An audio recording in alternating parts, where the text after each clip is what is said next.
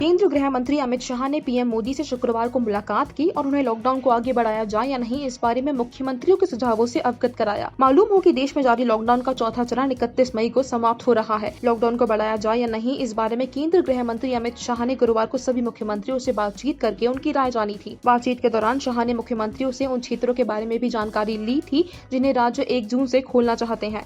देश में लॉकडाउन लगाए जाने के बाद ये पहली बार था कि पीएम मोदी की जगह इस बार केंद्रीय गृह मंत्री अमित शाह ने मुख्यमंत्रियों से बातचीत की जिम्मेदारी संभाली थी।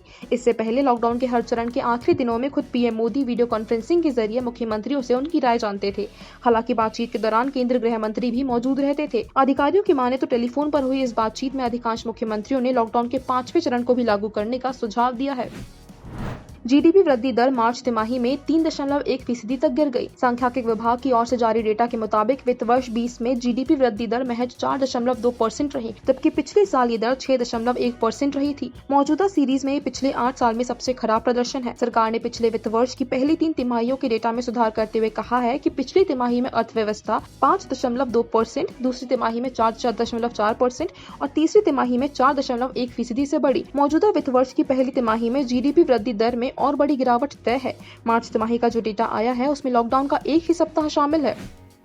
छत्तीसगढ़ के पूर्व सीएम अजीत जोगी का आज निधन हो गया। अजीत जोगी के बेटे अमित जोगी ने ट्वीट कर अपने पिता के निधन की सूचना दी है। उन्होंने लिखा, 20 वर्षीय युवा छत्तीसगढ़ राज्य के सिर से आज उनके पिता का साया उठ गया। केवल मैंने ही नहीं बल्कि छत्तीसगढ़ ने नेता नहीं अपना पिता खोया है। अजीत जोगी 2.5 करोड़ लोगों के अपने परिवार को छोड़कर ईश्वर के पास चले गए। गाँव करीब का सहारा, छत्तीसगढ़ का दिलारा हमसे बहुत दूर चला गया। अमित जोगी ने कहा, वेदना की इस घड़ी में मैं निशब्द हूँ। परमपिता परमेश्वर उनकी आत्मा को शांति और हम सबको शक्ति दे। उनका अंतिम संस्कार उनकी जन्मभूमि गौरेला में कल होगा।